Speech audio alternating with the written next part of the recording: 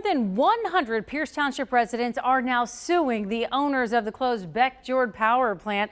This for violating an agreement to tell the public details about contaminated waste. The WCPO 9 News I-Team first started investigating Beckjord back in 2016. Last year, the I-Team reported the Ohio EPA estimates there are about 10 billion pounds of coal ash dumped into 4 man-made ponds there along the Ohio River. And that's a drinking water source, of course, for 5 million people. Investigative reporter Paula Christian picks up the story tonight with a new federal lawsuit. She explains what it demands just as work to clean up that site begins.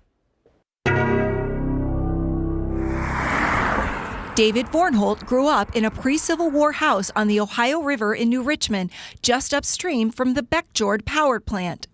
Duke Energy sold the power plant to a Missouri company, Commercial Liability Partners, in 2018, which plans to build an industrial park and port terminal here.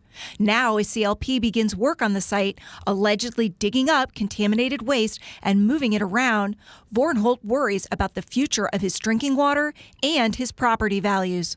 If it's not done well, it could impact everybody's property value here in the town for 50 years in the future. He's happy that a group called Neighbors Opposing Pit Expansion, or NOPE, are suing for details about the contaminated waste at the Beckjord property. CLP would not comment for this story. There should be complete transparency. That there should be no reason whatsoever not to inform everybody what you're doing and how you're providing safeguards.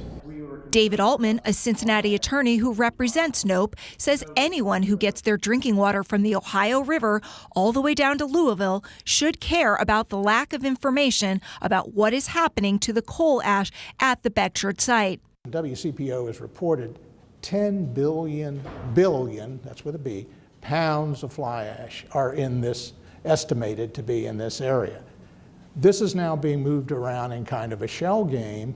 And the authority, because of deregulation to control a lot of this, is very much questionable. Altman believes a 1986 agreement between NOPE and then Beckjord owners, Cincinnati Gas and Electric, entitles residents to more information than even state regulators can get.